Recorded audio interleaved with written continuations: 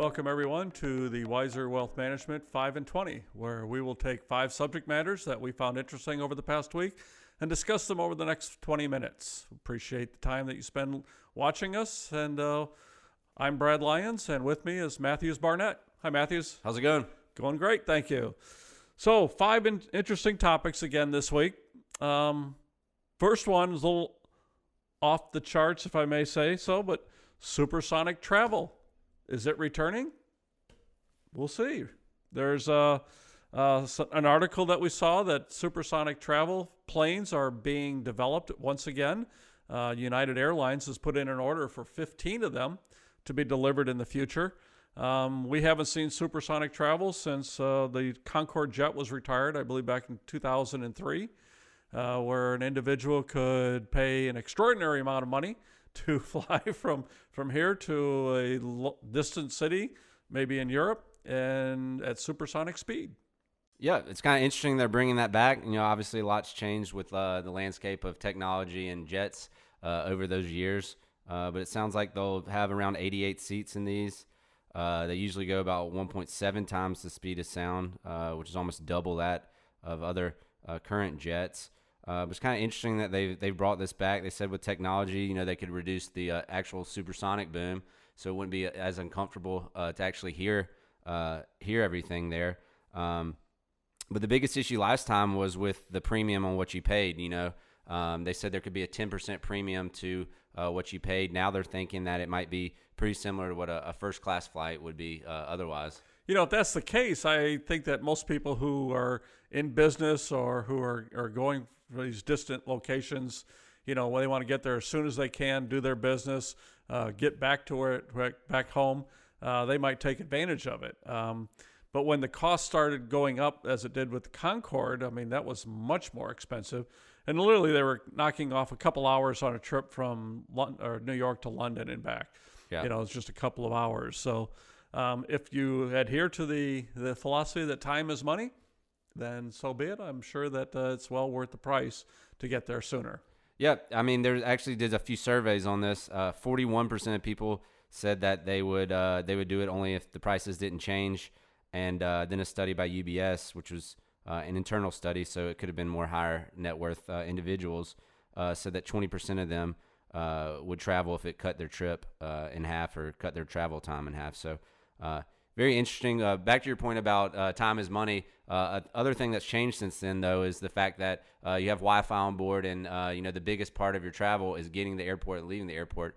Now with all the amenities on board, you're actually able to work while traveling. So besides just the convenience of being able to reduce time, the longer amount of time in the air is actually not too much of a bad thing for certain business goers. Definitely would be nice just for convenience factor to be able to cut trips in half if the price wasn't increased. Sure, and I can understand. I mean, if I was in the industry or if I was an aerospace engineer, I mean, just the challenge of bringing this type of air transport back into the marketplace would be a terrific, you know, journey.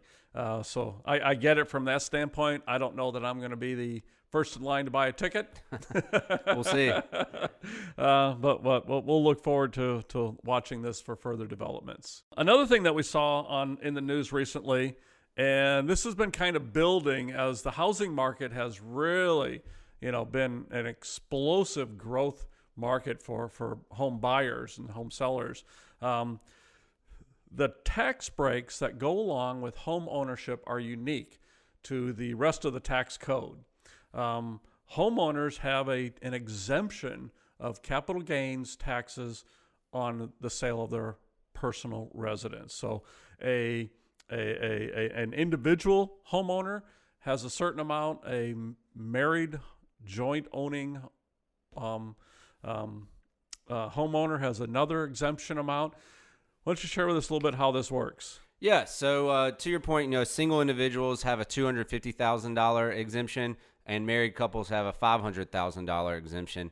There's some caveats to that, in the fact that you must have lived in the home at least 2 years and 2 of the previous 5 years in order to get that exemption.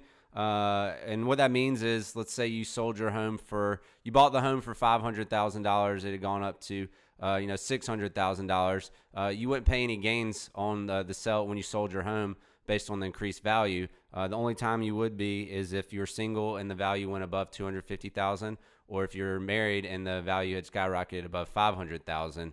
Also, there's some ways that you can increase what you put in the home with actually adding on and other things to your house, not repairs, but other things that you add to your home can increase the actual basis that goes into that calculation. And over a period of home ownership, which is generally tends to be long term, we are adding on to our homes. We are there's a difference that you alluded to. It's repair versus replace. Right. If you replace items in your home, you replace your roof, you replace your air conditioning, you add on a room to your house, you add landscaping, to your home that increases the value. You can actually take those costs and add them to the cost basis of your home, and thereby decreasing the capital gain in your home if you are concerned about approaching that exemption level of $500,000 for married couples and $250,000 for an individual. Which is a great benefit. It's a lot because the average median gain in first quarter of 2021 across the U.S. was only $70,000. So not an issue. It becomes a big issue when you get to other big cities like the Silicon Valley was $575,000 and around $420,000 in San Francisco. So a lot of these big cities, this is actually a very big issue. Less so in a lot of other parts of the U.S.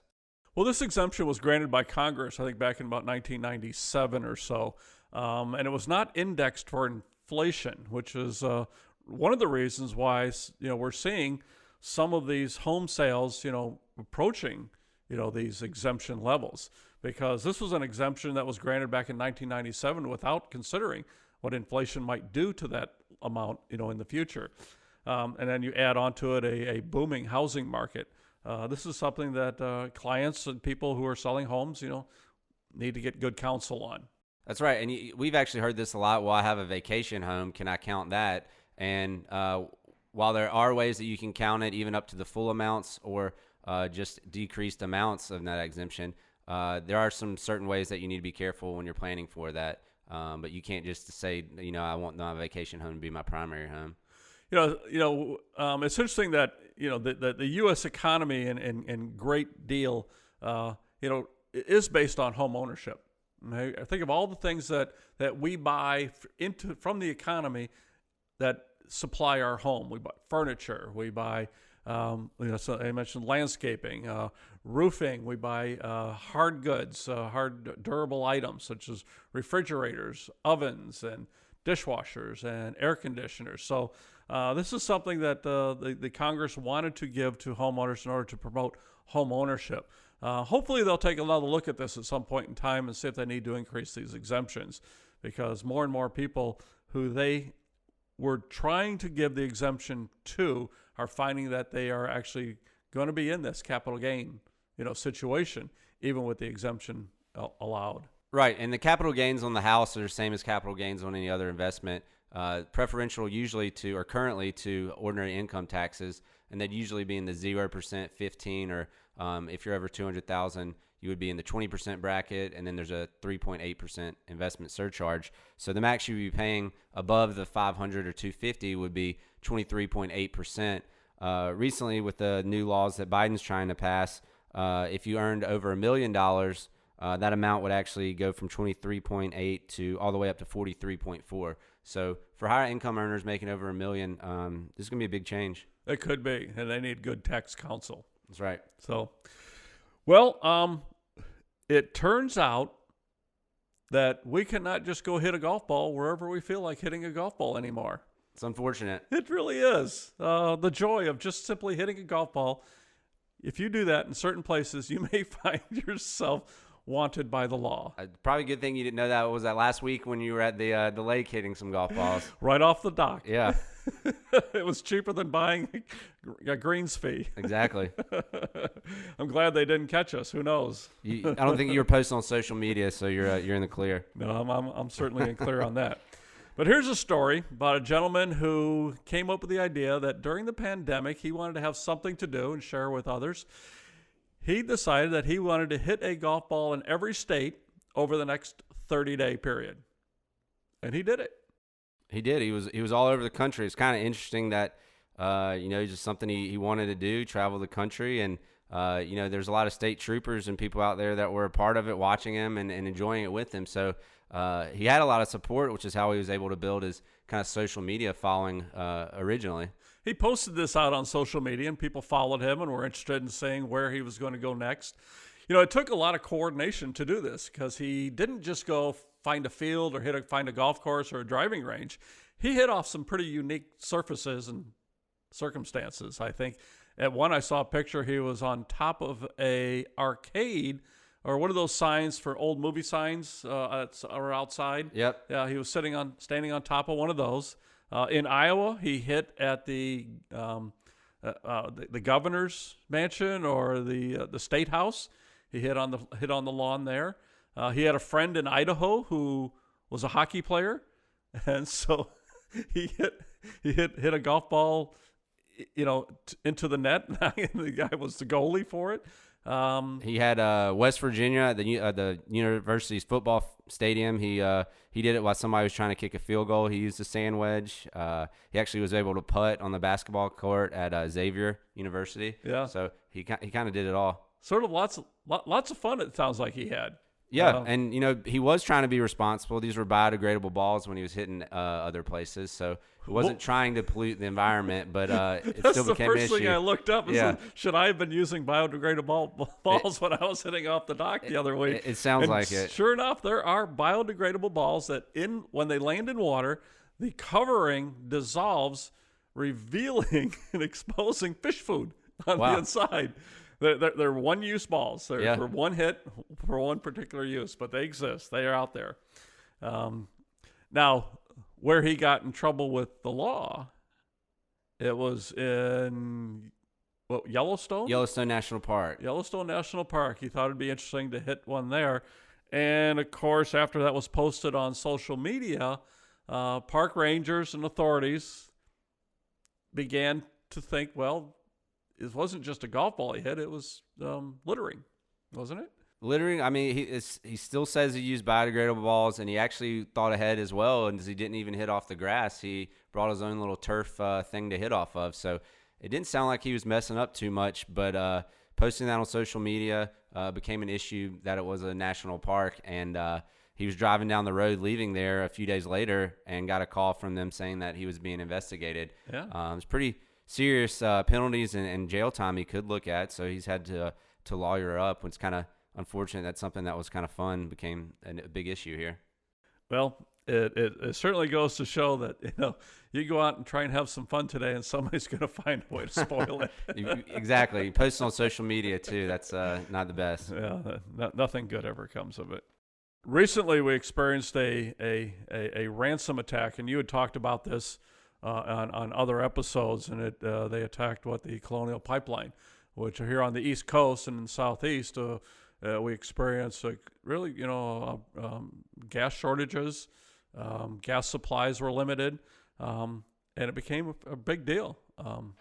Yeah, it became a big issue around here. A lot of gas stations were running out of gas. Like we said in the past, they told you not to freak out and don't go to the gas station. Of course, like the toilet paper scene during the pandemic, everybody went out and flooded gas stations. But that became an issue, and it's becoming an issue with Biden enacting a bunch of legislation recently on ransomware. So what they did is they were able to shut down the Colonial Pipeline for 6 days. And in order to get back going, the Colonial Pipeline paid these the fees of over 70 Bitcoins, which amounted to $4.4 million. And the whole point of the issue with all this with ransomware is, Bitcoin's supposed to be untraceable on the blockchain.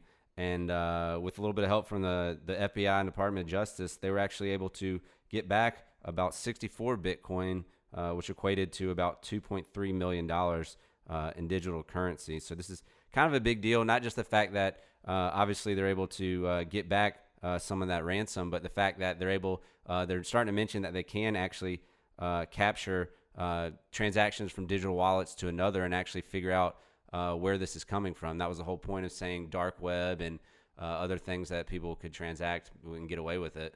Well, the U.S. has reacted, rather swiftly to this. They've created a task force designed specifically to look into these transactions that were thought to be anonymous. And it may be that they had some help. They had somebody who, gave them a tip as to where to begin. So we don't really know. They're being pretty close to the vest on this, but I think they should, because they don't want to alert other ransomware attackers.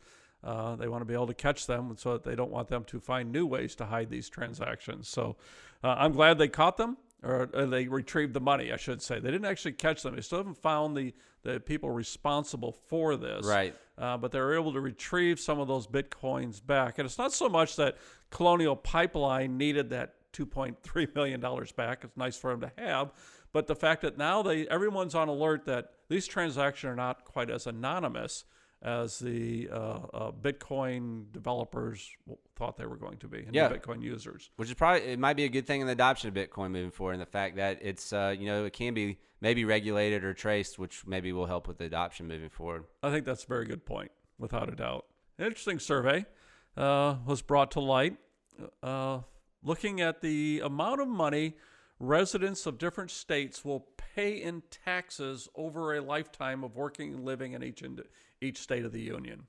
A big part of this was done by a company called Self, which is a fintech firm. They primarily help people build credit through electronic transaction services for their own finances, and help them guide them through the process of rebuilding credit if they've had bad credit, or building credit to establish it.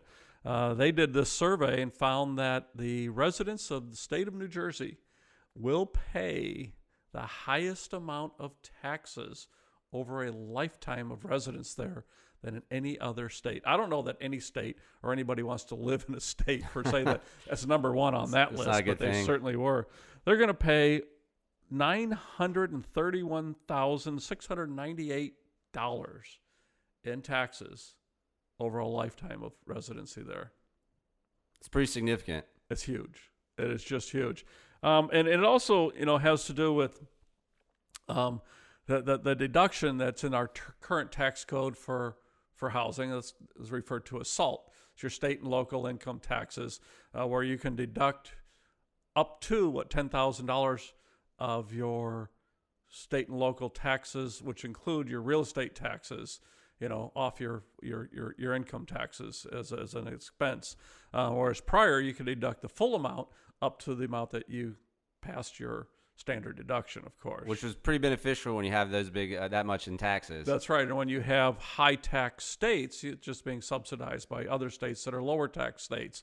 So, it's not unreasonable to understand why, legislatures and congressmen and women and senators of these high tax states are looking to get SALT, abolished essentially, and get the full credit and exemption, back in the tax code. But when you look at something like this, the average over the 50 states for individuals paying income taxes, state and local taxes, is about $525,000 over a lifetime of residency. So those poor residents up there in New Jersey are paying almost twice the national average. I know New York, Connecticut, California, obviously, or some other ones, Massachusetts, or other higher paying areas. But yeah, so what they did, like you mentioned, 2017 was they reduced the SALT deduction to $10,000, and they increased the standard deduction, almost doubled it. So a lot of people, lower income, not the higher income in these huge houses, but just take the standard deduction and don't even itemize. But for people that did itemize their taxes, getting these huge deductions on their homes was a nice added benefit to owning a nicer home. And you'll see if that gets pushed through, or people just move to other states that have some other benefits. We have seen some migration from residents from state to state. California has lost residents. Texas has gained residents. Yep. We know this. There's been other examples of this. So people can vote with their feet. They really can. Matthews, good 5 and 20 today. I always appreciate your insights on these topics. I hope our listeners enjoyed. Enjoyed it. Thank you. Thank you.